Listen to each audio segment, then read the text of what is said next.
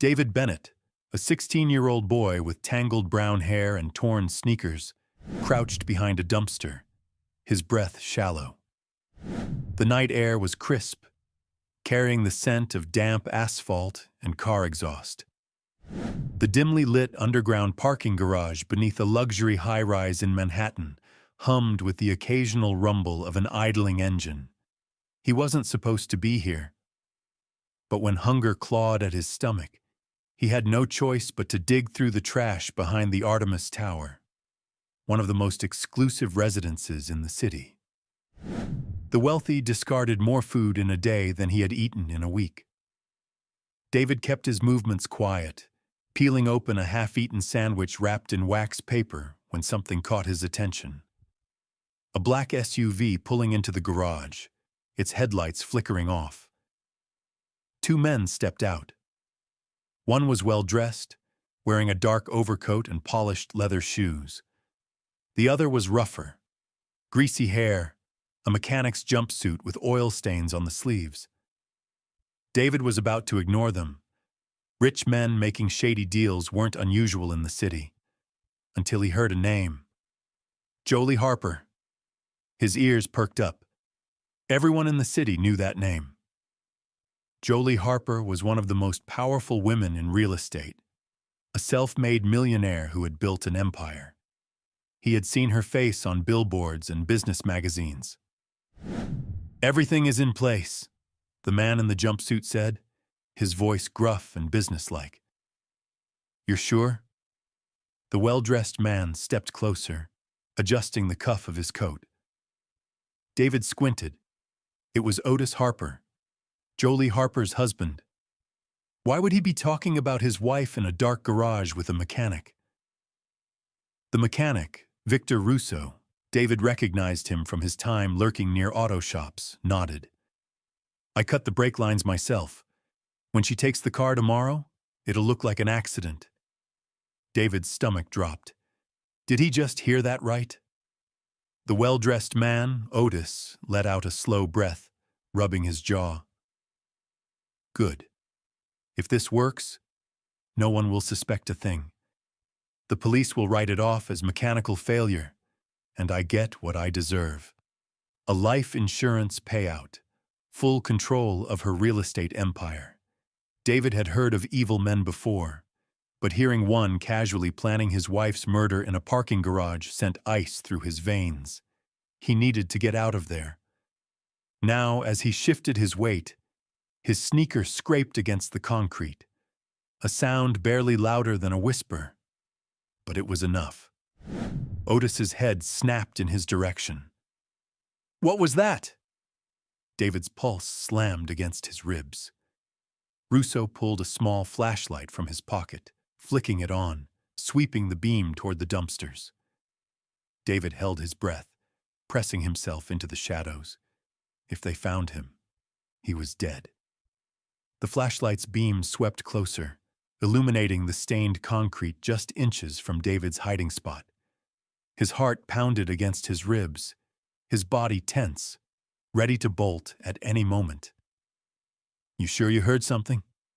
Otis asked, his voice a low growl. "I know I did," Russo muttered. "Might be a rat, or something worse." David stayed perfectly still, forcing himself to breathe silently. He had been in bad situations before, chased by security, cornered by street thugs, but this was different. If they found him, he wouldn't just get roughed up. He'd disappear. Russo took a step closer, his boots crunching against the loose gravel scattered along the garage floor. The flashlight hovered dangerously close to David's position. A second longer, and he'd be exposed. Then, from the street above, a sudden burst of loud honking and the screech of tires shattered the silence.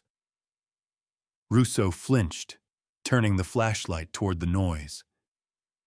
David didn't hesitate. He sprang up from his crouch and darted toward the nearest row of parked cars, weaving through the shadows as fast as he could without making noise. Otis cursed loudly. "Someone's here. Find him."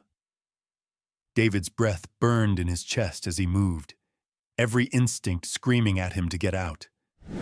He spotted the exit ramp leading up to the street, but reaching it without being seen was impossible. A parked sedan sat nearby, its undercarriage just high enough for a desperate escape. Without thinking, David dove underneath it, pressing himself flat against the cold pavement. Russo and Otis's footsteps pounded toward his last position, the beam of the flashlight bouncing wildly. "Damn it," Otis snapped. "Whoever it was, they're gone." David clamped a hand over his mouth to muffle his breath, his chest heaving. The fumes from the car above him stung his eyes, but he didn't dare move. "What if they heard us?" Russo asked, shifting uneasily. Otis exhaled sharply, regaining his composure. "Then we handle it. No loose ends." David's fingers curled into fists against the pavement. They would kill anyone who got in their way. Russo let out a gruff sigh. "We'll check the security footage. If someone was here, we'll find out who."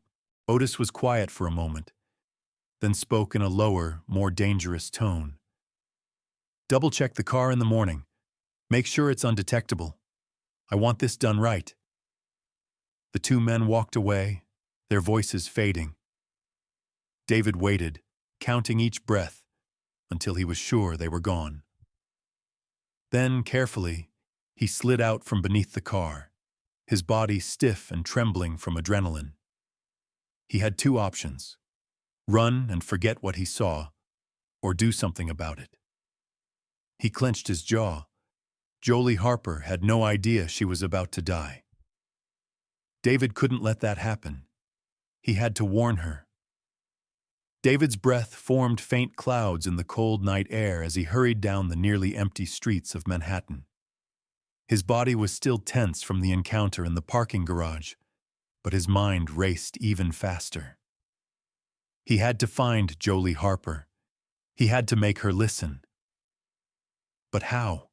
He couldn't just walk up to the front desk of her high-rise and demand to see her. Security would throw him out before he could say a word. He needed another way in. David reached the entrance of the Harper Tower, the sleek, glass-covered headquarters of Jolie's real estate empire. The lobby was well lit, guarded by two uniformed security officers near the reception desk. Even if he somehow got past them, there were surveillance cameras at every angle. David cursed under his breath and backed away into the shadows. He needed a plan. As he turned onto a quieter side street, his eyes landed on a familiar face, Milo Carter. Milo, another homeless teenager, was perched on the stoop of an abandoned storefront, tapping away at a stolen smartphone like it was a lifeline. He was wiry, fast-talking, and had a knack for getting into places he wasn't supposed to be. David approached quickly. "Milo." Milo didn't look up. "If you're here to bum a cigarette, I'm fresh out. I need your help." That got his attention. Milo lowered the phone, squinting at David. "This about food or something else?" David hesitated. The last thing he wanted was to drag Milo into something this dangerous, but he was out of options. "I need to get into Harper Tower, just the lobby, just for a few minutes." Milo whistled low. "You trying to rob someone or get yourself arrested?" "Neither," David said. "I need to talk to Jolie Harper. It's life or death." Milo scoffed. "What? You got a long-lost mommy complex? Bro, she's a billionaire. What the hell makes you think she'll talk to you?" "Because someone is trying to kill her." Milo's expression flickered with curiosity, then wariness. "You serious?" "Dead serious. Her husband paid some guy to cut her brakes. She'll be dead by tomorrow morning if I don't stop it." Milo exhaled, rolling his shoulders. "All right, let's say I believe you. What's your plan?" David glanced back at the tower. "I need a distraction." Milo smirked. "Lucky for you, I specialize in distractions." 5 minutes later, a loud commotion erupted near the front of Harper Tower. Milo had taken a half-empty bottle of vodka, doused his clothes in it, and stumbled into the lobby, shouting incoherently like a drunk off the street. Security immediately moved in to remove him, their attention completely diverted. David seized his moment. He slipped in through the revolving doors, ducked behind a marble column, and scanned the room. The reception desk was still manned, but the distraction had drawn enough attention that he had a chance to approach the elevators unnoticed. He spotted her. Standing near the far side of the lobby, Jolie Harper was speaking with a sharply dressed woman, Caroline Flores, her personal assistant. This was it. His only shot. David stepped out from his hiding place, heart pounding, and called out, "Miss Harper, please don't get in your car tomorrow. It's a trap." The words rang through the lobby. Jolie turned sharply, eyes locking onto him. Then everything fell apart. Jolie Harper's eyes narrowed as she scanned the ragged teenager standing a few feet away, his voice carrying urgency that cut through the usual background noise of the lobby. For a moment, she didn't react. Then, instinct took over. With a flick of her wrist, she signaled security. David saw the two guards shift their focus from Milo, who was still causing a scene near the entrance, and move toward him. His window was closing fast. "Please, Miss Harper, you have to listen," he tried again, stepping forward. "Your brakes, your car, someone tampered with it. If you drive tomorrow, you'll die." Jolie barely blinked, her expression unreadable. Caroline, however, had already pulled her phone out, likely to call for backup. David knew he had seconds at best before they threw him out. Desperation clawed at his chest. "Your husband paid to have it done," he blurted, loud enough for everyone nearby to hear. "Otis Harper wants you dead." That got a reaction. Jolie's posture stiffened. Her lips parted slightly, not in fear, but in the sharp calculation of someone who had just heard something impossible. Something she didn't expect, but maybe, just maybe, wasn't entirely new to her.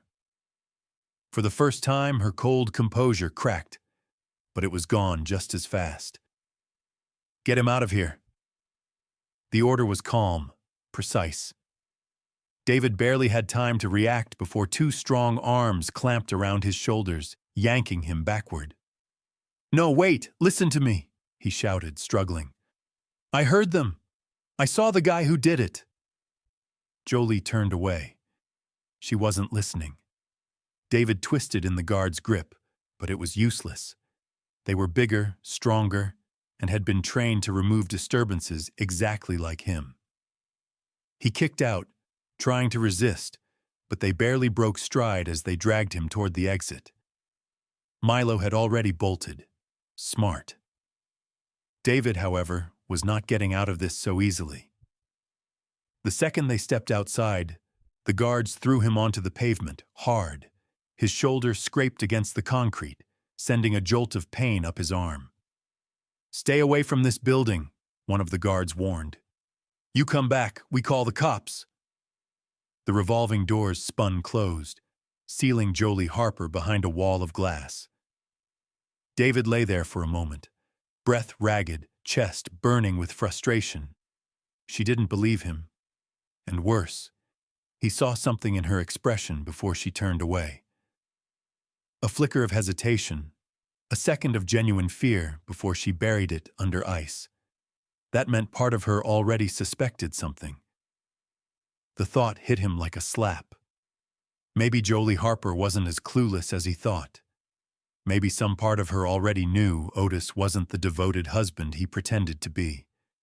But if that was true, why wasn't she doing anything about it? David rolled onto his knees, pushing himself up slowly. His shoulder throbbed, but he ignored it. He was running out of time. If Jolie wouldn't listen to him outright, he needed proof, and he knew exactly where to start. Victor Russo, the man who cut the brakes, the one man who could confirm everything. David clenched his fists. If he couldn't stop this with words, he'd stop it with evidence. He needed to find Russo before Jolie Harper became a headline, and if Otis or Silas caught him first, he wouldn't live long enough to warn anyone again. David moved through the city's back streets, his mind racing as fast as his feet. Jolie Harper didn't believe him. Worse, she had him thrown out like a piece of garbage. But that flicker of fear in her eyes, that brief hesitation, proved something. She wasn't entirely blind to the possibility that her husband might want her dead. That meant he still had a chance. But words wouldn't be enough. He needed proof. And the only person who could give him that proof was Victor Russo, the mechanic who cut the brakes. David knew Russo's type: shady, low-level criminals who sold their skills to the highest bidder. Guys like him didn't operate out of legitimate shops. They worked in the shadows, in garages with no paperwork, cash-only jobs. The problem was finding him. David didn't have money, connections, or any real way to track a guy like Russo. But he did have Milo. He found his friend in their usual spot, a half-collapsed warehouse behind an old dockyard on the East River. Milo was sitting on an overturned crate counting cash, probably stolen. "You're bleeding," Milo said without looking up. David touched his scraped elbow, barely feeling it. "I need to find someone." Milo snorted. "Yeah? You and every bounty hunter in this city?" David took a step closer. "Victor Russo. He's a mechanic. Works off the books. He's the one who cut the brakes on Jolie Harper's car." That got Milo's attention. He tucked the cash into his jacket and leaned back, studying David. "You sure?" "I heard him say it myself. He was with Otis." Milo's lips pressed together in thought. He drummed his fingers on his knee. "Yeah, I know a guy who might know a guy." David exhaled, relief and tension tangling in his chest. "Where?" Milo held out his hand. $500. David stared at him. "Are you serious?" Milo grinned. "What, you think information's free? Russo doesn't just hang around waiting to be found. If you want his location, I gotta talk to someone who talks to someone else, and that costs money." David ran a hand through his tangled hair, resisting the urge to punch Milo in the face. Not because he was angry at him, but because Milo was right. David had nothing to trade, but he wasn't out of options. "I'll owe you," he said. "Biggest favor of your life?" Milo raised an eyebrow. "Owing me can be dangerous, you know." David held his gaze. "So can crossing me." Milo smirked. "Fine, but if you screw me over, I'll sell you out so fast your head'll spin." David didn't doubt it. "Where do we start?" Milo stood, stretching lazily. "We pay a visit to Benny the Grease. He runs a chop shop in Brooklyn. If Russo's still in town, Benny will know." David nodded. It wasn't much, but it was a start. They reached Benny's garage just after midnight. The air smelled like burnt rubber, oil, and cigarette smoke. David and Milo stayed in the shadows, watching. Inside the open garage, 3 men stood around a stripped-down car, speaking in low voices. One of them, a bald, thick-armed guy with tattoos snaking up his neck, was Benny. David's stomach tensed. If Russo had already left town, they were screwed. Milo nudged him. "Follow my lead." Then, with zero hesitation, Milo strutted into the garage like he owned the place. David had no choice but to follow. Milo moved like he belonged there, his confidence carrying him through the open garage as if he were just another street kid running an errand for a bigger player. David kept close, forcing himself to match the same energy, even as every instinct screamed at him to stay in the shadows. The chop shop was a mess of stripped-down cars, tools scattered across metal workbenches, and the strong smell of gasoline clinging to the air. A radio blared old rock music from a corner, half drowned out by the sound of a power drill grinding against metal. Benny the Grease looked up from the engine he was working on, his heavy-set frame shifting as he wiped his hands on a stained rag. His eyes flicked over Milo first, then landed on David with suspicion. "I don't do charity," he muttered, tossing the rag onto a nearby stool. Milo smirked. "Good thing we're not here for handouts." He leaned casually against the hood of a car, ignoring the warning glance from one of Benny's guys. "We're looking for Russo." Benny's expression didn't change, but something in the air shifted, subtle but enough for David to notice. A quick flick of the eyes, the smallest stiffening of the shoulders. He knew something. "Never heard of him," Benny grunted, turning back to the engine. David took a step forward. "We know he was here. We also know he took a job a couple nights ago. One that could get him in serious trouble if the wrong people found out." That got Benny's attention. He exhaled sharply through his nose, setting his wrench down with more force than necessary. "I don't know what you kids think you're doing, but this ain't your playground. Russo's not here, and even if he was, I wouldn't tell you." David clenched his fists, frustration rising. A woman is going to die because of what he did. Benny didn't flinch. "People die every day, kid. Not my problem." Milo tapped his fingers against the car hood, considering. Then he shrugged. "Fair enough. We'll just go find someone who cares a little less about keeping secrets. Maybe the cops would be interested in the stolen parts you've got in the back." Benny's nostrils flared. "You little... I'm sure they'd love to know about the BMW that went missing last week. What was it, a 7 Series? Milo grinned. "Real shame if someone tipped them off." Benny's jaw tightened. He looked at Milo for a long moment, then exhaled through his teeth. "You think you're smart, huh?" Milo winked. "I know I am." Benny muttered a curse under his breath before finally relenting. "Russo's laying low. He knows the heat's on him. Last I heard, he's hiding out in a rental near the docks." He wiped his hands again, this time slower, like he was thinking through whether or not he should say more. Finally, he added, "But you didn't hear that from me." David's pulse quickened. They had a lead. Before Benny could change his mind, Milo grabbed David's sleeve, tugging him back toward the exit. "Pleasure doing business, Benny. We'll be out of your hair now." Benny called after them. "Hey, kid." David turned, expecting a warning, maybe even a threat. Instead, Benny's face was unreadable as he said, "If you find Russo, don't be stupid. He's not the type to leave loose ends." David swallowed hard, but nodded. The moment they stepped outside, Milo let out a low whistle. "Well, that was fun. I thought he was going to have us thrown in a dumpster." David barely heard him. His mind was already racing to the next step. They had an address, sort of. If Russo was really hiding near the docks, they had to move fast. A guy like that wouldn't stay in one place for long. Milo nudged him.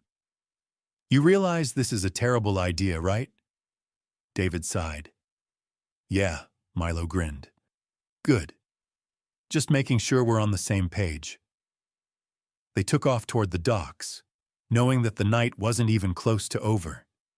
If anything, the real danger was just beginning. The docks smelled like salt water, rust, and gasoline. The air was thick with moisture, the kind that made the city feel colder than it really was. David pulled his hoodie tighter around himself as he and Milo moved between the towering metal containers stacked like forgotten tombstones. The dim glow of streetlights barely reached this part of the harbor, leaving shadows stretched long and deep. "This place is a damn maze," Milo muttered, hands stuffed into his jacket pockets. "You sure Russo's holed up here?" David nodded, though his stomach twisted with doubt. Benny hadn't given them an exact location, just a warning. Russo was laying low somewhere in one of the cheap rental units near the shipping yards. But cheap in this part of the city could mean anything from an abandoned warehouse to a half-sunk boat. They needed to be smart. Russo wasn't just some random mechanic.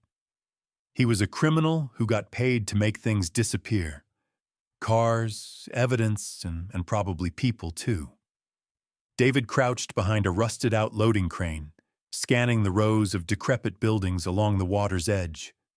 A few of them still had broken neon signs flickering in the windows. Cheap bars, run-down motels, places where no one asked questions. Then he spotted it. A beat-up black sedan, parked near the back of a run-down 3-story building. The same car Russo had driven the night David saw him at the parking garage. David nudged Milo, nodding toward it. "There, that's his ride." Milo frowned. "That doesn't mean he's inside." David exhaled sharply. "Only one way to find out." They moved carefully, sticking close to the shadows. Every instinct screamed at David to turn around, to get out of here while they still could. But if they did that, they'd be giving up their only lead.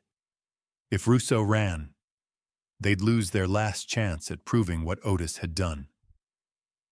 As they reached the back entrance, Milo pressed himself against the wall, glancing at the boarded-up windows. "All right, genius, what's the plan? Knock and ask politely if he feels like confessing?" David ignored him, testing the rusted doorknob. It turned, unlocked. His pulse jumped. That was either really lucky or really bad. He exchanged a look with Milo, then slowly pushed the door open. The air inside was stale, thick with cigarette smoke. A low hum of a TV played somewhere deeper in the building. David stepped inside first, keeping his movements light. The place was a mess. Beer cans, fast food wrappers, and stacks of car parts cluttered every surface. A toolbox sat open on a makeshift workbench, its contents scattered like someone had been in a hurry. Russo was here, or had been recently. Milo moved past him, eyeing the setup. "This guy lives like a raccoon." Then, from upstairs, a floorboard creaked. David froze. So did Milo. A shadow shifted at the top of the staircase. Then came the unmistakable sound of a shotgun being pumped. "Who the hell are you?" Russo's voice was gravelly, sharp. "And why shouldn't I blow your heads off?" David's breath caught in his throat. They were trapped.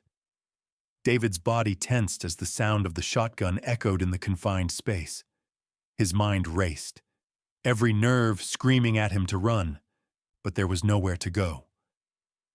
The only exit was the door behind them, and Russo had the high ground. One wrong move, and they'd be nothing but a cleanup job. Milo raised his hands slowly, his usual cocky grin nowhere to be seen. "Hey, easy, man. No need to turn this into a crime scene." His voice was smooth, controlled, the kind of tone someone used when trying to calm a wild animal. David followed Milo's lead, raising his hands but keeping his eyes locked on Russo. The man stood at the top of the stairs, his stance firm, barrel aimed directly at them. He was exactly as David remembered. Greasy hair, a thick 5 o'clock shadow, and the look of a guy who'd spent his life making bad decisions. "What the hell are you doing in my place?" Russo growled, his finger twitching near the trigger. David took a slow breath. "We just want to talk." Russo barked out a laugh. "Yeah? Funny, 'cause most people who break into my place ain't looking for a conversation." David forced himself to stay calm. You're in danger. That made Russo pause just for a second. He narrowed his eyes. What kind of game are you playing, kid? No game. Otis Harper is tying up loose ends. You cut the brakes on Jolie Harper's car, and now he's making sure no one can link it back to him. That includes you. Russo didn't move, but something in his expression shifted. Just a flicker of uncertainty, gone as fast as it came. David pressed forward. Think about it. He paid you to make sure she didn't walk away. Now that she did, you think he's just gonna sit back and hope no one talks. He's got money, connections. What do you have? Russo's grip on the shotgun tightened. I don't rat on my clients. Milo let out a sharp breath. Yeah? How's that working out for you?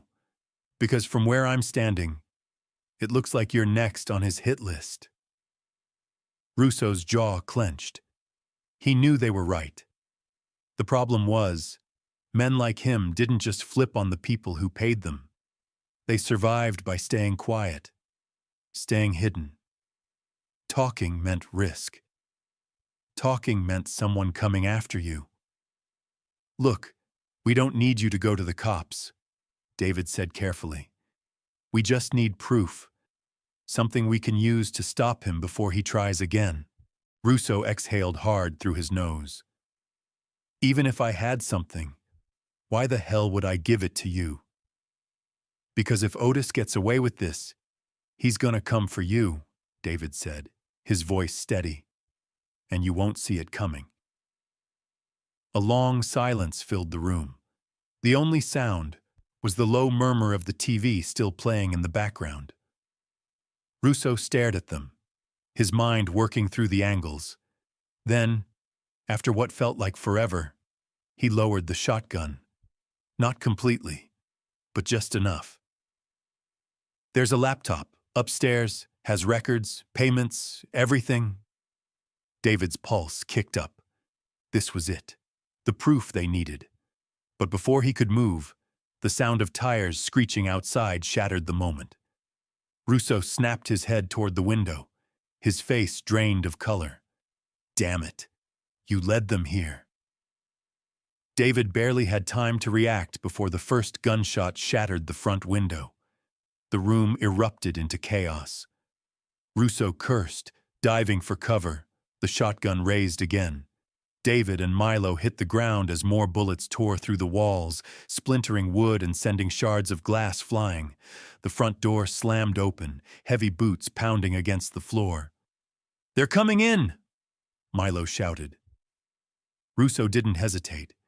He grabbed a set of keys from the counter and tossed them toward David. "Back door, storage lot, black truck, get the hell out of here." David caught the keys, heart hammering. "What about you?" Russo pumped the shotgun, cocking his head toward the stairs. "I'm not going down without a fight." David hesitated, but Milo grabbed his arm. "No time for heroics, man. Move!" With bullets still tearing through the house. They ran. David didn't look back. David's feet barely touched the ground as he sprinted through the back door of Russo's hideout, his pulse pounding in his ears. The night air hit him like a slap, sharp with the scent of salt water and gasoline. Milo was right behind him, breathing hard, clutching his side where a shard of glass had nicked his jacket. Gunfire erupted behind them. The roar of Russo's shotgun blasted through the silence, followed by the sharp crack of pistol rounds in return.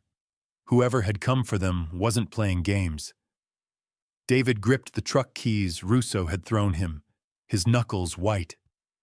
"Where's the storage lot?" Milo scanned the dimly lit dockyard. "Left, past those crates." They bolted. The dock was a labyrinth of rusted shipping containers, stacked high like giant tombstones. The only light came from scattered floodlights mounted on poles, casting long shadows that twisted as they ran. Behind them, more gunfire. Russo was still holding his ground. David forced himself to focus, They had one shot at getting out alive.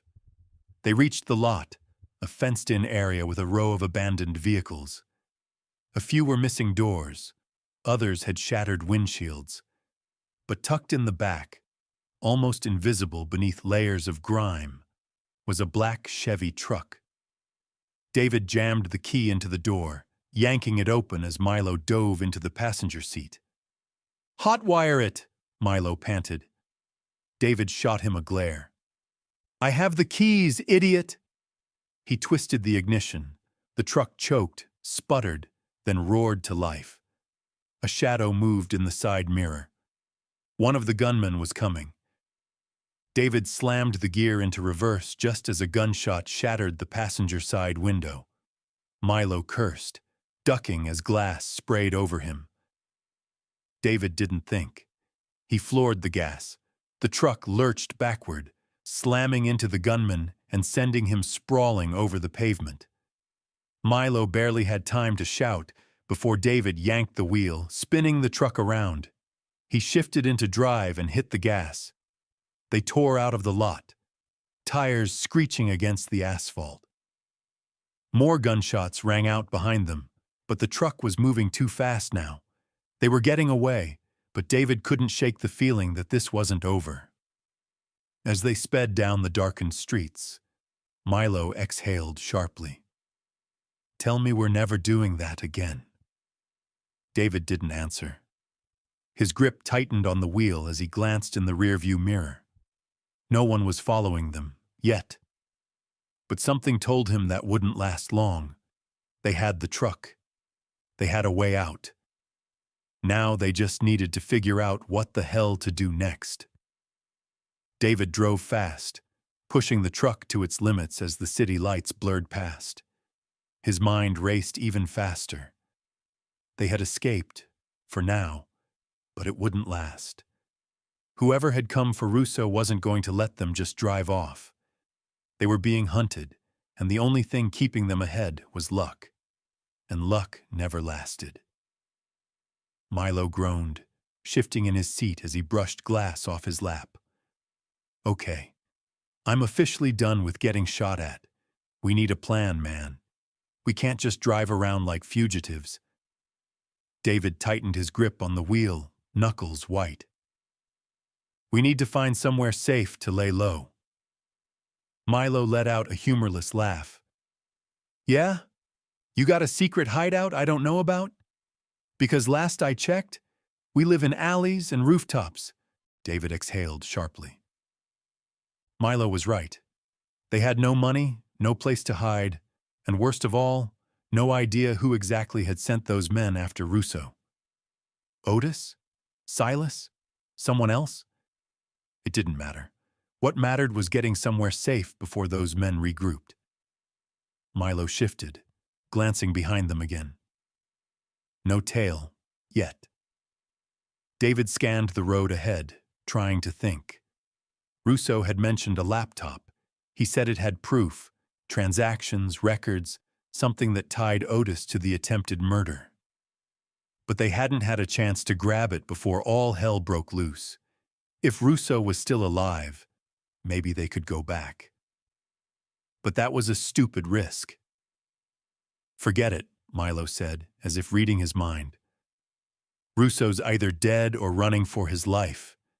That place is crawling with guys who want to kill us. We're not going back." David clenched his jaw. They needed to regroup. Think. They had nothing except this truck and the clothes on their backs. Then a thought hit him. "We need to find Caroline," he said. Milo blinked. "Harper's assistant?" "She's the closest thing Jolie has to a right hand," David said. "She might already suspect something's wrong with Otis. And even if she doesn't, she can get us close to Jolie again." Milo frowned. "I don't know, man. Last time we tried talking to them, you got your ass thrown onto the pavement." David shook his head. "I don't need Jolie to believe me this time. I just need Caroline to listen long enough for us to make a move." Milo sighed, rubbing a hand down his face. "Great. So now we're crashing a meeting with one of the most powerful women in the city. Sure. Sounds like a great idea. David ignored him and took the next turn, heading toward Harper Tower. The truck wasn't exactly subtle, but at this hour the streets were quiet. He parked a few blocks away and killed the engine. Milo peered through the windshield at the towering building in the distance.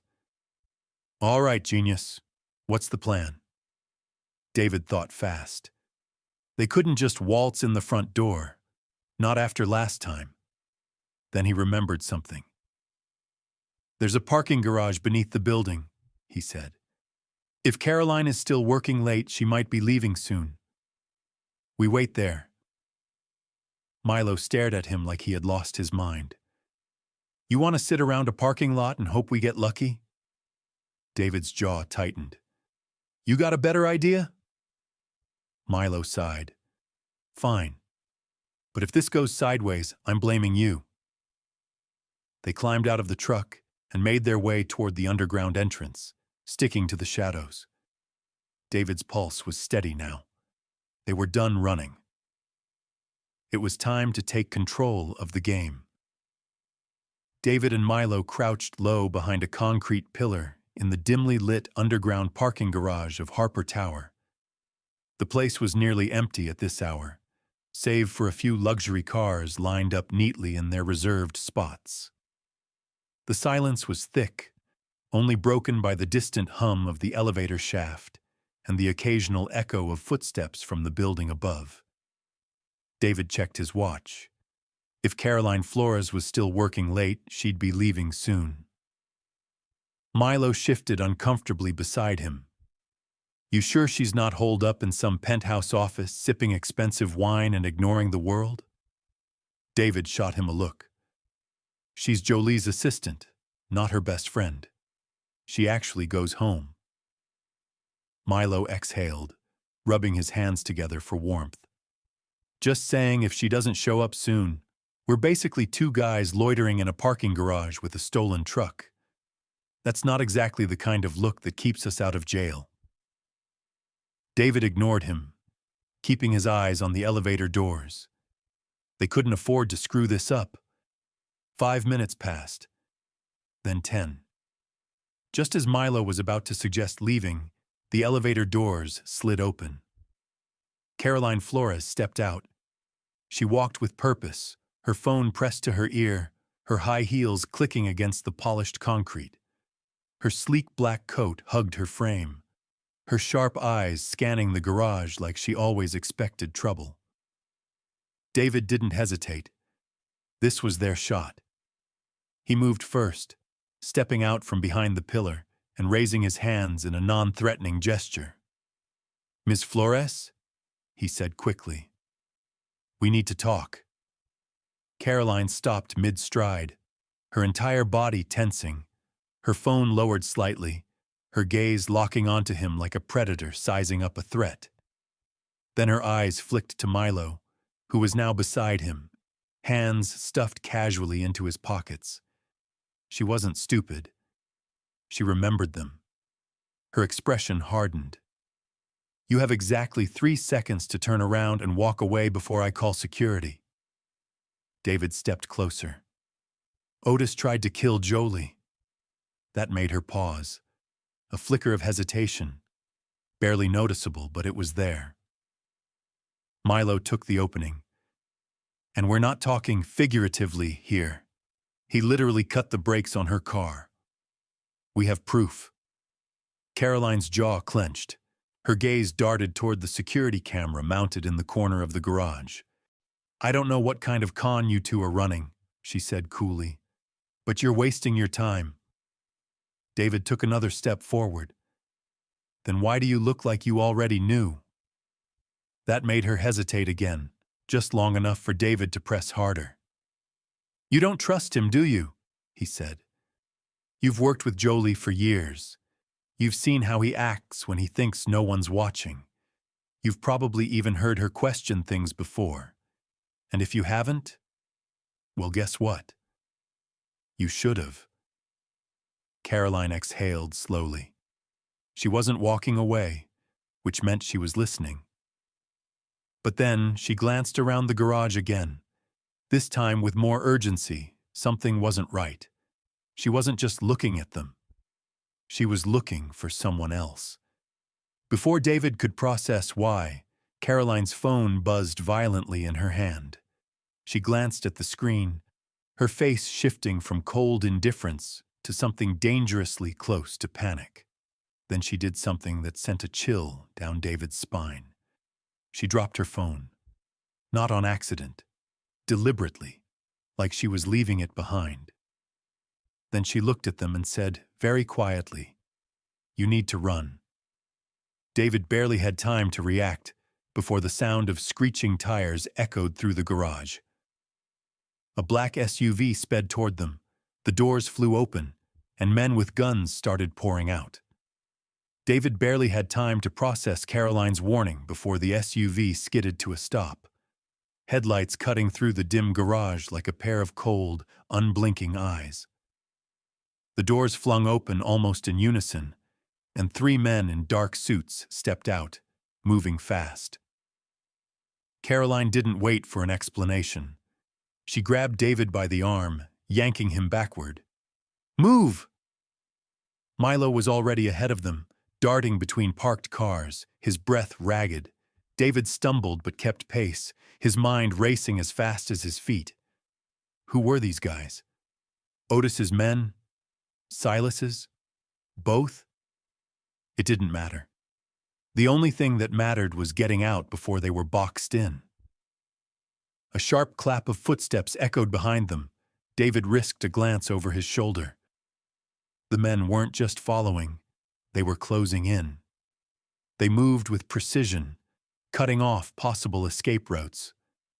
"They're hurting us," Milo panted. David cursed under his breath. He could see it now. The way they moved wasn't random. They were being funneled toward a dead end. Caroline swerved suddenly, grabbing Milo by the collar and yanking him toward a service hallway. David followed without question. The hallway was narrow, dimly lit, leading toward an emergency stairwell.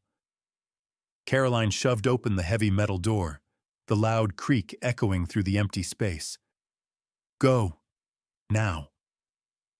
Milo was through first, followed by David. Caroline moved to follow, then hesitated. David turned. She wasn't coming with them. "What are you doing?" he demanded. Caroline's face was set in stone. "They won't follow you up.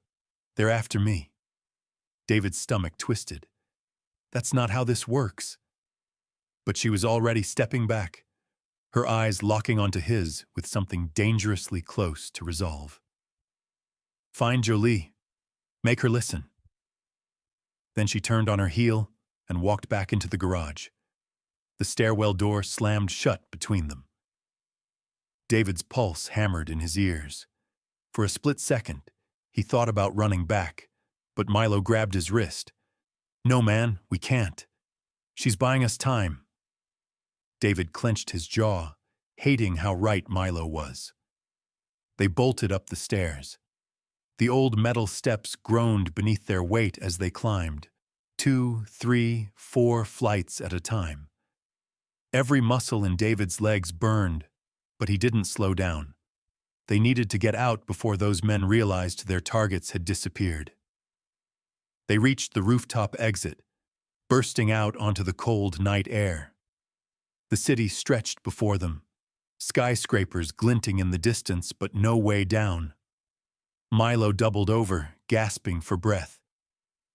Great, brilliant plan. Trapped on a rooftop. David's eyes darted around, searching for anything. A ladder, a fire escape, anything that wasn't a 10-story drop. Footsteps thundered up the stairwell. Their pursuers weren't giving up. David's gaze landed on a maintenance ladder bolted to the side of the building. Not great, but better than nothing. Milo followed his gaze. "You're insane." "Yeah, well, it's that or the alternative."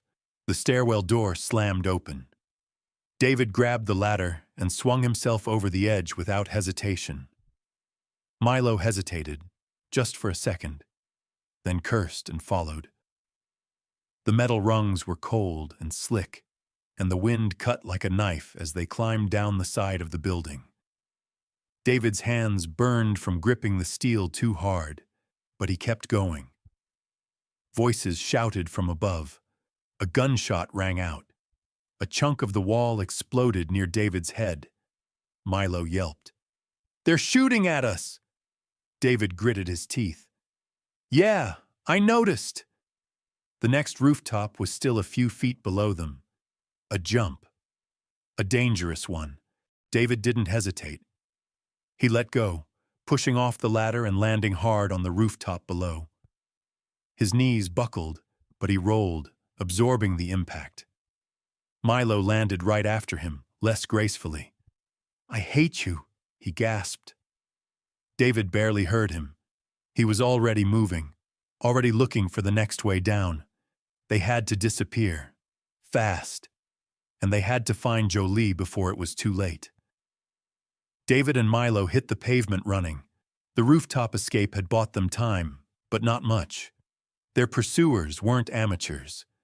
They would already be recalibrating, searching the surrounding blocks, scanning security feeds, and looking for the two kids who had just become serious problems.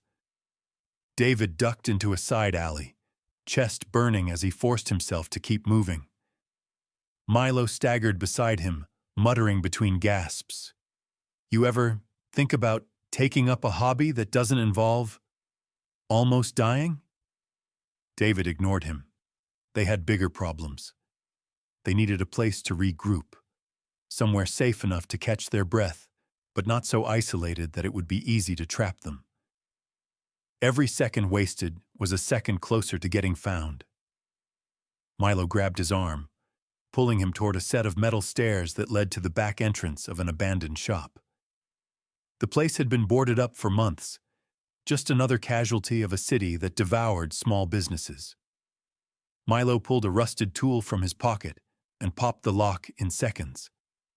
They slipped inside, shutting the door behind them. Dust coated the air. Empty shelves loomed in the darkness. The remnants of a once thriving convenience store now reduced to shadows and silence. David leaned against the counter, pressing his forehead to the cool surface. They were alive, for now. Milo slumped onto the floor, wiping sweat from his forehead. "So what now, genius?" David exhaled sharply, forcing himself to focus. "We need to find Jolie before they do." Milo let out a dry laugh. "Yeah? You planning to send her a text? Hey, your husband's trying to kill you. Also, some guys in an SUV just tried to shoot us. Want to grab coffee?" David didn't react. He pulled the truck keys from his pocket and turned them over in his hand. Russo had given them a chance to survive, but they still didn't have proof. And now, Caroline was gone. Possibly dead, possibly worse. But she had told them to find Jolie. That meant she believed them. That meant she knew more than she let on. David looked up. "We go to her house," Milo blinked. "Whose?" "Jolie's," David said. "Otis won't kill her at Harper Tower. Too many witnesses, too much security. But if he knows she's suspicious, if he knows she's alone..." Milo rubbed his temples. "Man, you really do have a death wish." David didn't argue. He pulled out a crumpled map of the city and spread it on the counter. Jolie's penthouse wasn't far. They could be there in 20 minutes if they took back streets. Milo sighed. "Fine. But if we get shot at again, I'm retiring." David pocketed the map and the truck keys. "You were never hired." Milo smirked. "Exactly." They pushed back out into the night, heading straight into the lion's den. The truck rumbled to life as David twisted the key in the ignition. The old engine coughed, sputtered, then roared as he pulled out of the alley and onto the darkened streets of Manhattan. He kept his hands steady on the wheel, eyes flicking between the road ahead and the rearview mirror. No signs of pursuit yet.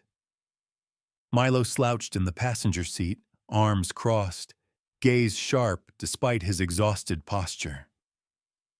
So let me get this straight. We're driving straight to the home of the woman who had us thrown out of her office in a stolen truck after nearly getting gunned down by her husband's goons. You see why this sounds like a bad idea, right? David kept his voice level. You got a better one? Milo exhaled through his nose. Not really. Just figured I'd point out how much this sucks. David said nothing. He knew Milo was right. This was reckless, dangerous, but it was the only move they had left. Jolie's penthouse was on the Upper East Side, a high-security building that screamed wealth and exclusivity. They couldn't just waltz in through the lobby, not after the last time. They needed another way in. David pulled the truck into a quiet side street, shutting off the engine. The towering glass structure loomed above them, sleek and modern, its lobby still glowing with warm light. Late-night staff, maybe a doorman. Milo peered out the window. Okay, breaking into a billionaire's fortress. Definitely the worst idea we've had so far. David scanned the perimeter. We're not breaking in. We're getting her attention. Milo raised an eyebrow. And how do you plan to do that? Set off the fire alarm? David's fingers tightened on the steering wheel. Close. He reached into his jacket and pulled out a folded scrap of paper. Caroline's phone number. She had dropped her phone back at the garage. But if she had another way to reach Jolie, they might still have a chance. Milo scoffed. That's your grand plan? Call her assistant? She's probably in the back of that SUV by now. David didn't let himself think about that. He pulled out an old, half-charged prepaid phone and punched in the number. It rang. Once. Twice. On the third ring, someone picked up. For a moment, there was nothing but silence. Then a voice. Hoarse. Urgent. Who is this? David's grip tightened on the phone. Caroline? A sharp inhale. David! Relief and dread crashed into him at the same time. She was alive. Milo sat up straighter, suddenly paying attention. Caroline's voice was rushed, barely above a whisper. Listen to me. You can't be here. You have to get out of the city. David's pulse pounded. We're not leaving. We need to get to Jolie. She's not safe. Caroline cursed under her breath. You don't understand. It's bigger than just Otis. The line cut out. David stared at the phone, his chest tightening. Milo glanced at him. That's not good. David shoved the phone into his pocket. She's in trouble. Milo ran a hand through his hair. And we're about to be. Look, David followed his gaze toward the building entrance. Two men in suits had just stepped inside, moving with purpose. David's stomach dropped. They were ahead of them. We need to move, Milo muttered. David's mind worked fast. They had to get to Jolie before those men did, before whatever Caroline had been about to say became something she never got the chance to. They slipped out of the truck and into the shadows, moving fast. This was it, their last shot. David and Milo kept low as they moved around the building's side, the cold night air pressing against their skin. The two men in suits had entered the lobby moments ago, and if they were heading up to Jolie's penthouse, time was running out. David's mind worked fast. The front entrance was out of the question. Security would throw them out on sight.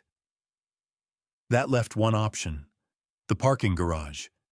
It had worked before, and if they were lucky, they could slip in undetected. Milo whispered as they reached the garage entrance. You sure about this? Last time we were here, we barely made it out. David shot him a look. You got a better idea? Milo sighed. I really hate when you say that. David pulled the garage door open, just enough for them to slide under. Inside, it was quiet. Too quiet.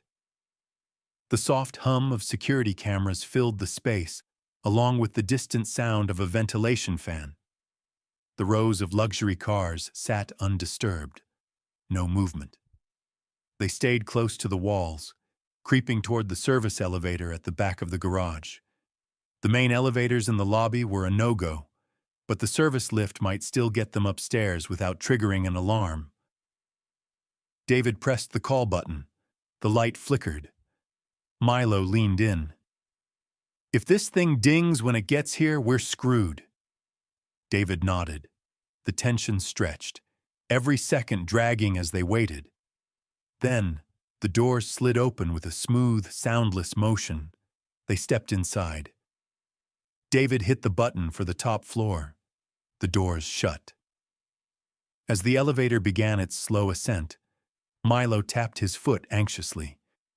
"So what's the plan when we get up there?" "Just walk in and say, 'Hey Jolie, your husband's trying to kill you. Also, some scary men are coming up to do God knows what.'" David kept his eyes on the digital floor display.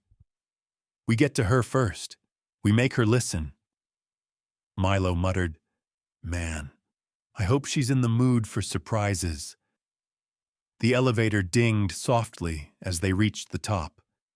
The doors slid open to a dimly lit hallway, lined with dark wood paneling and expensive artwork. At the end of the corridor, a set of large double doors stood closed. Jolie's penthouse. David stepped out first, keeping his movements quick but quiet. Milo followed, whispering, "This feels too easy." David knew better than to let his guard down. He moved toward the penthouse doors, fingers grazing the handle. A footstep behind them. David turned just as a hand grabbed his shoulder. A suited man stood there, his face impassive. Milo barely had time to react before another man appeared, cutting off their only exit. David's stomach dropped. They had been expected. David's pulse spiked as the man's grip tightened on his shoulder. Instinct took over. He twisted sharply, breaking free and shoving the man backward. The suited figure stumbled, but he wasn't alone. The second man lunged at Milo, who barely dodged in time. The hallway was too narrow for a clean escape. They were trapped. David's mind raced. They couldn't fight their way out of this, not against trained professionals. The only way was forward. He grabbed Milo's sleeve and bolted toward the penthouse doors. The men were fast, but David had momentum on his side. He slammed into the doors, full force, the wood creaking under the impact. Milo crashed into him from behind, and for a split second, the resistance held. Then the lock snapped, and the doors burst open. They stumbled into the penthouse. Jolie Harper stood in the center of the room, a glass of wine in one hand, her phone in the other. She had been mid-conversation, but at the sight of two disheveled teenagers crashing into her home, she froze. The moment was brief. Jolie's eyes darkened as she took them in, recognition flickering. "What the hell? No time!" David gasped, whirling to slam the doors shut. The men were right behind them. Jolie stepped back, her expression shifting from shock to anger. "You again? What do you think you're doing?" Milo was already moving, pressing his back against the door as the men on the other side threw their weight against it. The wood shuddered, but for now it held. David turned to Jolie, breathless. "Otis sent them. They're here to—" Before he could finish, the pounding on the door stopped. Silence. David exchanged a wary glance with Milo. That wasn't good. Then a voice, calm, measured, and chillingly familiar, filtered through the heavy doors. "Jolie, darling." Otis Harper's voice called smoothly from the other side. "Open the door." David felt the tension in the room shift. Jolie stiffened at the sound of her husband's voice. Milo whispered, "That's our cue to leave." David wasn't so sure. If Otis was here in person, it meant they were out of time. Jolie didn't move. Her knuckles whitened around the stem of her glass. Otis knocked once, unhurried. "Sweetheart, you're making things more difficult than they need to be." Milo shot David a panicked look. "Dude, she's not moving. We need to go."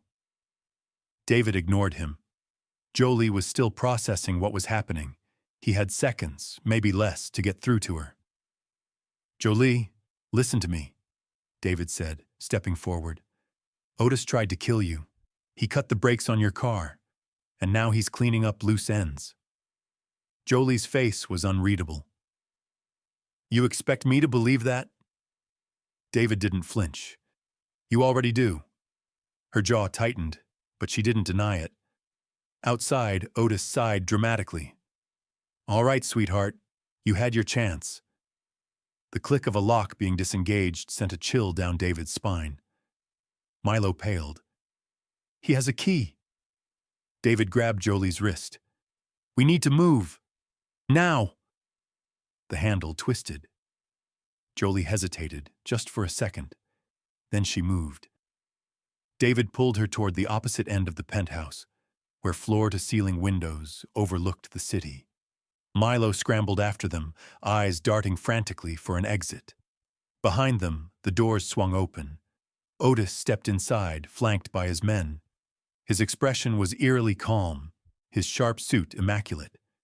His eyes landed on Jolie first, then David, and finally Milo. "Well," Otis said smoothly, closing the door behind him. "Isn't this a surprise?"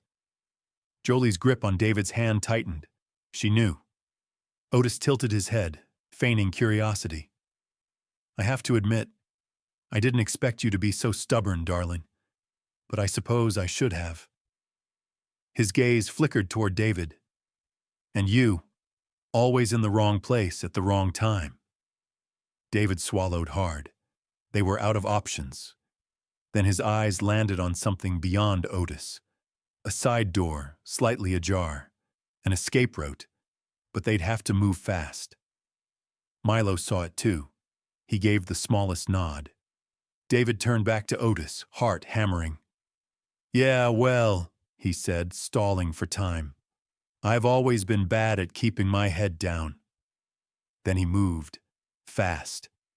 Jolie followed, and Milo was right behind them. Otis's calm facade shattered as he barked an order. The chase was on. David sprinted through the side door, his heartbeat hammering in his ears as he pulled Jolie along. Milo was right behind them, moving fast despite the exhaustion setting in. The hallway ahead was narrow, leading toward what looked like a service corridor, their best shot at getting out before Otis's men caught up. Behind them, Otis's sharp voice rang out. "Stop them." The order was cold, precise. Footsteps thundered in pursuit. David didn't hesitate. He yanked Jolie forward, Milo already pushing ahead toward the stairwell at the end of the corridor. Jolie, to her credit, wasn't frozen anymore. She wasn't resisting. She was running. They reached the stairwell door. Milo shoved it open, but the moment they stepped inside, the full weight of the situation hit them. It was a dead end. The stairs only went up. David's stomach sank. The rooftop was a trap. Nowhere to go but down, and down meant facing Otis's men. Jolie's voice was tight. "What now?" David scanned the stairwell, mind racing. There had to be another way. Then he spotted it. A maintenance ladder bolted to the wall leading up toward an access hatch. Milo followed his gaze. "You've got to be kidding me." "We don't have a choice." David climbed first, moving fast. The metal was cold against his hands as he pulled himself up. Milo followed, muttering curses under his breath. Jolie hesitated for only a second before grabbing hold and hauling herself up. The moment her feet left the ground, The stairwell door burst open. Otis's men poured in. One of them raised a weapon. David shouted, "Go! Go! Go!" They scrambled through the hatch, emerging onto the rooftop just as the first shot rang out. David hit the rooftop hard, rolling onto his side as Milo dragged Jolie up beside him. They had seconds, maybe less, before the men followed. Wind whipped at their faces. The city stretched below them, endless and unforgiving. The building next to them was lower, maybe a 10-foot drop. David's gut clenched. That was their way out. He turned to Jolie. "You trust me?" Her eyes met his, sharp and calculating. Then, without hesitation, she nodded. David took her hand, and they ran. David's grip tightened around Jolie's wrist as they sprinted across the rooftop, the howling wind cutting through the night. Milo was right beside them, moving fast despite the exhaustion in his limbs. Behind them, the hatch slammed open. Otis's men were coming. David didn't look back. They couldn't afford to slow down. The edge of the building rushed toward them. Below, the adjacent rooftop was lower, a 10-foot drop, just far enough to break an ankle if they landed wrong, but there was no other choice. David glanced at Milo, who already knew what was coming. "Oh, hell no! No time!" David snapped. Milo groaned. "I hate you so much." David didn't hesitate. He tightened his hold on Jolie's hand and jumped. For a second they were weightless, airborne over the city, gravity clawing them downward. Then impact. David hit the gravel rooftop hard, knees bending to absorb the shock. His shoulders screamed in protest, but he ignored the pain, rolling into the landing and pulling Jolie down with him. Milo landed a second later, less gracefully but still on his feet. "Never doing that again," he wheezed. They had no time to recover. Above them, the men reached the rooftop edge. One of them raised a weapon. David grabbed Jolie and dragged her into cover just as the first shot cracked through the air. The bullet hit the rooftop near Milo's foot. He cursed and dove behind a ventilation unit, eyes wide. "They're shooting at us! Again!" David's mind raced. They needed an escape route. Fast. The rooftop led to a fire escape. A metal ladder bolted to the side of the building, their only way down. He pointed. "There!" Milo didn't argue. He moved first, gripping the metal bars and sliding down fast. Jolie followed without hesitation, her movements swift despite the adrenaline surging through her. David went last, gripping the ladder just as another shot rang out. The metal near his hand shattered from the impact. His stomach twisted. Too close. He dropped down, feet slamming onto the next level of the fire escape. Above him, Otis's men were repositioning. Then, from the street below, the sharp wail of sirens cut through the night. David's pulse spiked. Someone had called the cops. Milo grinned, still breathless. Finally, something goes our way. David wasn't convinced. If the police showed up, that meant questions. That meant losing control of the situation. But it also meant Otis couldn't just make them disappear. Jolie straightened, her expression sharp. "We need to leave before they lock this place down." David nodded. "We need a car." Milo exhaled. "Lucky for you, I know a guy." They hit the street running, sirens blaring in the distance. This wasn't over. Not yet. David's breath came in sharp gasps as he sprinted down the darkened street, the sirens growing louder behind them. The city lights blurred, neon reflections bouncing off the wet pavement as they moved. Milo led the way, weaving through alleys and side streets, his knowledge of the city's backroads keeping them ahead of the police, and more importantly, ahead of Otis's men. Jolie kept up surprisingly well, her heels long discarded somewhere during the escape. She wasn't panicking anymore. She had switched into survival mode. Milo took a sharp turn, leading them toward a quiet lot behind a closed auto repair shop. A handful of old sedans sat abandoned under flickering streetlights, forgotten remnants of whatever business had been run here. David bent over, hands on his knees, trying to catch his breath. "Milo," he panted, "tell me you have an actual plan and not just a death wish." Milo smirked, pulling a small set of tools from his jacket. "A little of both." Jolie's eyebrows shot up. "You're stealing a car?" Milo grinned. "Borrowing, long term." David kept watch while Milo worked. He could still hear sirens, but they were distant now, the chaos of the penthouse drawing most of the attention. That wouldn't last. Otis wasn't the kind of man who let things spiral out of control. He would regroup, and when he did, they had to be ready. The car engine coughed, sputtered, then turned over. Milo grinned, throwing himself into the driver's seat. "All aboard." David didn't hesitate, yanking the passenger door open and sliding in. Jolie hesitated just for a second, then followed, slamming the door behind her. Milo pulled out of the lot, keeping the headlights off until they were clear of the area. The tension in the car was thick, none of them speaking at first. Finally, Jolie broke the silence. "Where are we going?" David glanced at her. For the first time, she wasn't looking at them with skepticism. She was looking at them like she actually wanted an answer. He exhaled. "Somewhere safe? Then we take Otis down." Jolie's lips pressed into a thin line. "You have a plan for that?" David nodded. "We make him confess." Milo kept the stolen car steady as they wove through the quieter parts of the city, avoiding main roads and sticking to dimly lit streets where the risk of getting spotted was lower. The adrenaline was still high, but the silence inside the car was heavier than before. No one wanted to be the first to speak. Jolie was the first to break it. "How exactly do you plan on making Otis confess?" David turned to her, still catching his breath. "We set a trap. We make him think he's won."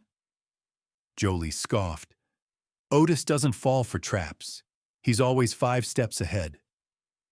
David shook his head. "Not this time. He thinks you're dead or on the run. He thinks we're desperate, scattered. We use that against him." Milo snorted from the driver's seat. "Okay, and what? We just call him up, invite him to dinner, and hope he spills his master plan?" David exhaled. "Not exactly, but we make him comfortable. We let him think he's already won. Then we hit him with the truth when he's least expecting it." Jolie's expression was unreadable. Then, after a long pause, she leaned back in her seat, her fingers tapping against her knee. "What do you need from me?" David hesitated. This was the moment, the turning point. Either she was in or she walked away, and they lost their best chance to bring Otis down. He met her eyes. "You have to face him. You have to act like nothing is wrong." Milo choked. "I'm sorry, what?" David ignored him. "Otis won't get sloppy unless he thinks you're still playing by his rules. He needs to believe you haven't put the pieces together. That means going home, acting normal, letting him think his plan is still intact." Jolie stared at him. "You want me to walk into the lion's den?" David held her gaze. "You're already in it." Silence. Milo glanced between them, then muttered, "I hate this plan." Jolie took a slow breath. Then finally she nodded. "Fine. But if this doesn't work, we're all dead." David exhaled. "That's why we make sure it does." Milo sighed, turning the wheel. "All right, let's go set a trap for the devil."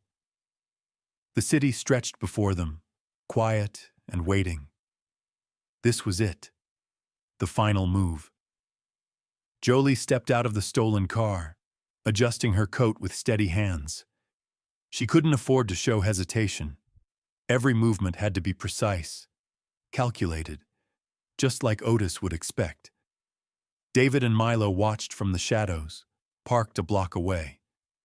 Jolie was walking straight back into the house of the man who had tried to kill her, and all they could do was hope she could hold her own long enough for their plan to work.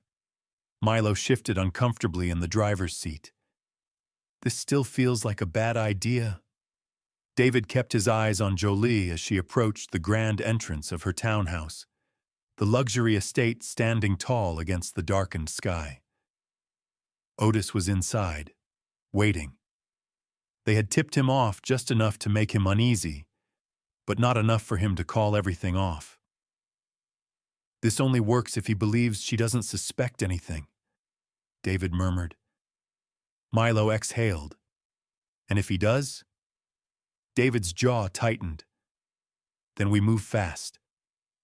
Jolie reached the front steps. A pair of security cameras watched her every move, just as she knew they would. With a composed breath, she stepped forward and punched in the security code. The door clicked open. She disappeared inside. David tensed, listening to the earpiece connected to the small device Jolie was wearing, a last-minute safeguard. The mic was weak, barely transmitting through the townhouse walls, but he could still hear faint footsteps as she walked inside. Then Otis's voice. "Darling," he greeted smoothly. "Back so soon?" Jolie's voice was calm, effortless. "I needed air. Things got complicated." Otis hummed, a trace of amusement laced in his tone. "Did they?" David clenched his fists. Every instinct screamed at him to run in, but that would blow everything. They had to wait. They had to let Otis fall into the trap. Jolie moved deeper inside. The audio crackled slightly. "We need to talk." Otis chuckled. "I was just thinking the same thing." The tension in David's chest coiled tighter. Otis wasn't rattled. He wasn't panicking. That meant one of two things. Either he was completely convinced that Jolie was in the dark, or he already knew she wasn't. Milo whispered, "I don't like this." David didn't either. Then, the audio crackled again, and something in Otis's tone changed. "Darling," Otis said, quieter this time. "Why don't you tell me where you've been?" Jolie hesitated. "Out. Thinking." Otis tisked. "That's not the right answer." David's stomach twisted. He knew.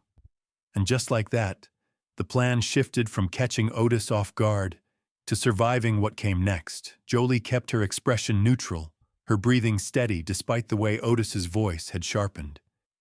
He suspected something. Maybe he hadn't put all the pieces together yet, but he was circling the truth, testing her for weaknesses. She met his gaze, forcing an amused smile. "You're being dramatic, Otis. I needed time to clear my head." "What? Am I not allowed to take a walk anymore?" Otis chuckled, shaking his head as he poured himself a drink from the crystal decanter on the bar. The ice clinked softly as he swirled the amber liquid. "Of course you are. I just find it interesting that you chose now of all times to disappear." Jolie tilted her head, feigning curiosity. "Now?" Otis leaned against the counter, studying her with cold amusement. "Come on, darling, don't insult me. You think I don't know what's been going on?" David's grip tightened on the edge of the dashboard as he listened through the earpiece. This was bad. Otis wasn't just suspicious. He was playing with her, waiting for her to slip up. Jolie arched a brow, still playing her part. "Then why don't you enlighten me?" Otis took a slow sip of his drink, his gaze unwavering. "For starters, let's talk about those two rats you've been keeping company with." David's blood ran cold. He knew about them. Milo let out a sharp breath. Yeah, we're officially screwed. Jolie barely hesitated. I have no idea what you're talking about. Otis smiled. Don't you? He took another sip before setting his glass down carefully. See, I know you're not stupid, Jolie. That's one of the things I always admired about you. So imagine my surprise when I hear that my loving wife has been seen running around the city with two street kids who should have been dead by now. Jolie's stomach twisted, but she didn't let it show. You've always had a flair for theatrics. Otis sighed dramatically, pushing away from the bar and circling toward her. You were supposed to die in that crash, Jolie. That's what we agreed on. David and Milo stiffened in the car. Jolie's mask nearly cracked, but she recovered quickly. Agreed? She repeated, forcing a laugh. You think I was part of this? Otis smirked. I gave you everything, Jolie. The life, the power. But you wanted more. You wanted to leave. He clicked his tongue. I couldn't have that now, could I? Jolie's breath was steady, but David knew she was running out of time. Otis leaned in slightly, voice lower now. But now you've gone and made this messy, and I don't like messy. Then came the sound that made David's heart lurch, the soft click of a gun being cocked. Milo tensed. Tell me that was just a really loud pen. David was already moving. No more waiting, he muttered, yanking the truck door open. We're going in. Milo didn't argue. This wasn't about catching Otis anymore. This was about saving Jolie before it was too late. David moved fast, heart hammering as he sprinted toward the townhouse with Milo close behind. The front door was locked, but that didn't stop him. He grabbed the nearest planter and smashed it against the glass side panel, shattering it instantly. The alarm should have gone off, but it didn't. Otis had disabled it. He climbed through, ignoring the sting of glass against his hands.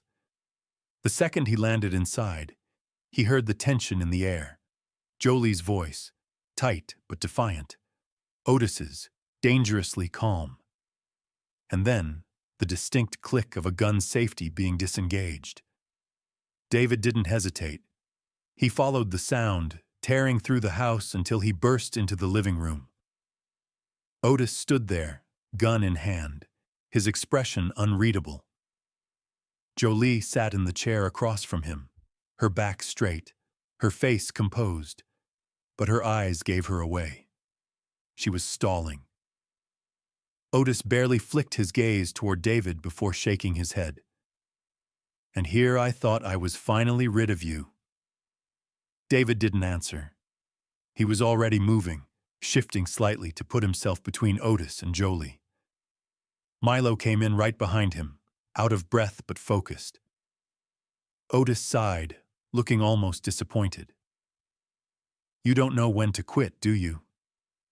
David's fists clenched, but his voice was steady. You've already lost, Otis. Otis laughed, slow and deliberate. Really? Because from where I'm standing, you're the ones who broke into my house. You're trespassing. I'm the victim here. He gestured to the gun in his hand. And I have every legal right to defend myself. David took a careful step forward. You think you're getting out of this? Otis smirked. I think I always do. David's mind raced. They needed something to turn the tables. Fast. And then, he saw it. Jolie's phone on the coffee table. Face down, she had been recording. Otis hadn't noticed. David forced his expression to stay neutral. You made a mistake, Otis. Otis raised a brow, amused. Oh? You got cocky. David tilted his head. You wanted to savor this moment, didn't you? The big speech, the confession. You always did love hearing yourself talk. Otis's smirk faltered, just slightly. Jolie moved then, so subtly it was almost unnoticeable. Her fingers brushed against the phone. A few taps. Then silence. David knew what she had done. The audio file had been sent. Otis, still oblivious, sighed dramatically. "I would have preferred it be cleaner, but here we are." He raised the gun. David lunged. The next few seconds blurred. A struggle, a gunshot, the deafening roar of Milo tackling Otis from the side. The gun went off, shattering the glass behind them. Otis staggered but recovered fast, swinging wildly. Jolie moved then, grabbing a heavy glass decanter from the bar. She smashed it against Otis's head. He dropped hard, the gun clattering away across the floor. David didn't wait. He kicked it far out of reach before pinning Otis's wrist down. Milo, still breathless, wiped the sweat off his forehead. "Remind me never to fight you." Otis groaned, trying to move, but it was over. Jolie stood over him, her breathing controlled but eyes burning with something dangerous. "You're done, Otis." Then, sirens. David exhaled, his body finally registering the exhaustion. The police were here. Jolie stepped back, smoothing her coat as if this were just another business meeting. "I hope you enjoyed your speech," she said, voice cool, "because the whole city's about to hear it." Otis's eyes widened as realization hit him. And then, for the first time since this all started, he looked afraid. The wail of sirens grew louder, flashing red and blue lights reflecting off the shattered glass and polished surfaces of the townhouse. The tension in the room shifted. Otis had lost control. David stepped back, breathing hard, his pulse still racing from the fight. Milo leaned against the bar, rubbing his shoulder where he had slammed into Otis. Jolie, however, was still composed, standing tall as she looked down at her husband. Otis was staring at the door now, his mind racing. He was calculating, trying to find a way out. "You think they'll believe you?" Otis muttered, his voice laced with quiet desperation. He glanced at Jolie, then at David. "You broke into my house. I can still turn this around." Jolie arched a brow, calm as ever. "You confessed." Otis sneered. "So what? It's my word against yours." Jolie smiled faintly, then tapped her phone screen. The audio file was already open, the time-stamped recording ready to be played back. She turned the volume up just enough for him to hear his own voice. "You were supposed to die in that crash, Jolie. That's what we agreed on." Otis's face paled. David watched as the weight of it finally settled on him. For once, Otis Harper had no way to spin the truth. A knock at the front door echoed through the house. Then, a commanding voice. "This is the police. Open up." Jolie took one last look at Otis before turning toward the door, adjusting the cuffs of her sleeve as if nothing had happened. "I'll let them in," she said smoothly. Otis shot forward in a last, desperate move, but David and Milo grabbed him before he could reach her. Jolie didn't even flinch. The door swung open, and uniformed officers poured in. A sharp, authoritative voice cut through the chaos. Detective James Lawson. His sharp eyes took in the scene. Otis pinned to the floor, David and Milo standing over him, Jolie calm and composed. "Ms. Harper?" Lawson asked. Jolie nodded. "Detective, you're just in time." David let go of Otis as two officers moved in, yanking him to his feet. Otis struggled, his face twisted in frustration, but he knew there was no way out. "This is a mistake," Otis snapped. "I am the victim here." Lawson wasn't interested in his excuses. "We've got plenty of evidence saying otherwise." His gaze flicked to Jolie. "I assume you'll be pressing charges?" Jolie didn't hesitate. "Every single one." David watched as Otis's composure cracked completely. his face contorted in disbelief, then rage, then something dangerously close to fear. For the first time, he wasn't in control. The officers dragged him toward the door, reading him his rights.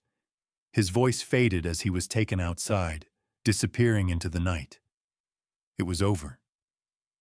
The silence that followed was almost deafening. Milo let out a slow exhale. Well, that was fun.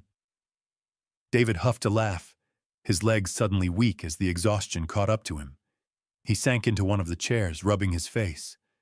The adrenaline was fading. Jolie watched as the last of the officers left, then turned toward them. "You two," she said, eyes scanning David and Milo. "You saved my life." David shook his head. "You saved your own life. We just helped." Jolie tilted her head, studying him. Then, to his surprise, she smiled. "Regardless, I owe you both." Milo perked up. "You know, I wouldn't mind cash." Jolie laughed. A real, genuine laugh. "We'll discuss it." David pushed himself up from the chair, glancing at the city skyline through the broken window. Everything had changed. He wasn't the same kid who had just been trying to survive on the streets. He had taken down a monster. And for the first time in a long time, he felt something unfamiliar. Hope. Jolie glanced at the wreckage of her home, then back at them. "Come on," she said. "Let's get out of here." David and Milo exchanged glances, then followed her out the door.